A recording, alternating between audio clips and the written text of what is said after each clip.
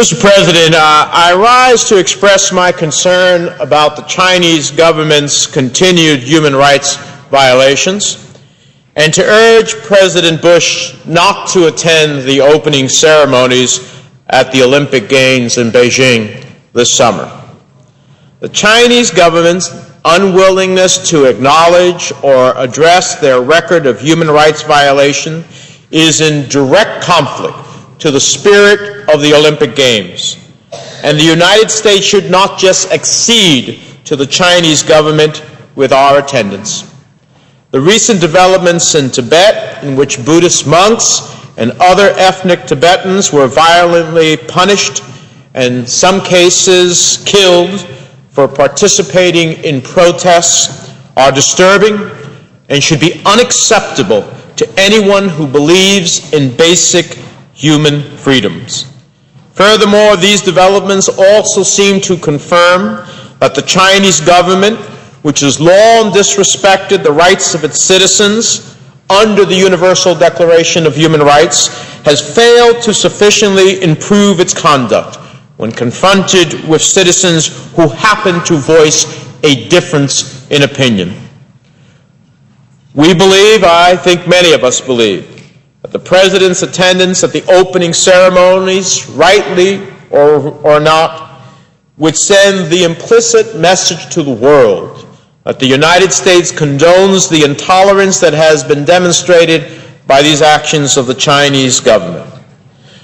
Mr. President, the Chinese government was awarded the Olympic Games on the understanding that it would work to significantly improve its human rights record.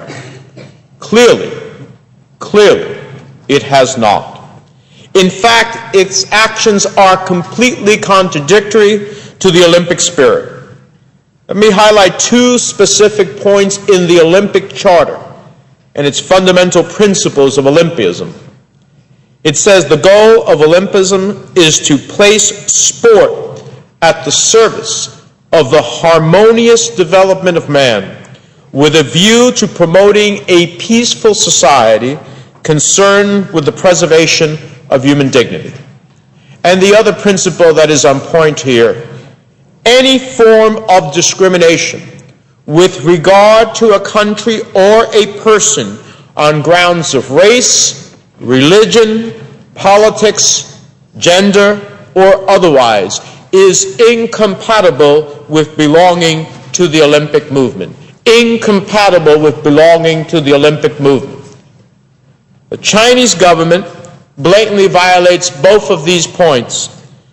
Now, some have made the argument that the President's attendance at the opening ceremonies is more about support for the Games themselves than for the host country. I believe it's all to the contrary. It would show tremendous support and respect for the Games and the spirit that they embody, and these principles that are part of the Olympic Charter, to take a stand against a host nation that flagrantly disrespects that spirit. We would remind the President that the recent developments in Tibet are only the latest chapter in a long history of Chinese human rights concerns. Even in the midst of the latest atrocities against Tibetans, we should not forget the Chinese government's continued unwillingness to use all of its unique leverage with the Sudanese regime to assist the international effort to bring an end to the genocide in Darfur.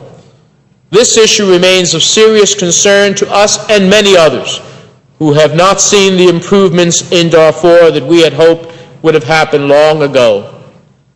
Mr. President, if we are languishing in the camps in Darfur as the world watches genocide, if we see human rights violations in China against the Tibetans, if we see prison camp labor, child labor, forced abortions, the exiling of the Dalai Lama, and so much more, who among us, if we were in their position, would be content with the counsels of patience and delay? Who among us would be content with the silence that exists in this respect? And who among us would not want to see a world leader, a leader of the free world, make a very powerful statement to ensure that we move in a different direction? If the Chinese government is ever to treat its people with basic human rights, it must send a bold and clear message that its record of violence and suppression is completely unacceptable. Few actions can speak louder than if the President of the United States were to condemn the Chinese human rights record with the entire world watching. It is at the moment of the opening ceremonies where the world's attention is riveted on the Olympic Games. It is at the opening ceremony where the world's attention is riveted on the Olympic Games. And not attending, refusing to attend the opening ceremonies would accomplish exactly that, a clear condemnation of China's human rights record. We hope that the President will agree with us that the Chinese government's actions are unacceptable and that we must send a bold message now while the world is focused on China. China wanted the Olympic Games, and it got it with the understanding that, in fact, it would dramatically improve its human rights record. It has not. The world has seen its repressive nature. And if we go on as if nothing had happened, we will send a message that impunity is, in fact, something that is tolerated by the rest of the world. I don't believe Americans want to see that happen, and I believe that the principles of the Olympic Charter that clearly say any form of discrimination with regard to a country or a person on grounds of their race, religion, politics, gender is incompatible with belonging to the Olympic movement is something worthy of sustaining, and this is an opportunity in time and history to make that principle ring loud and clear. Mr. President, I yield the floor and observe an absence of a quorum.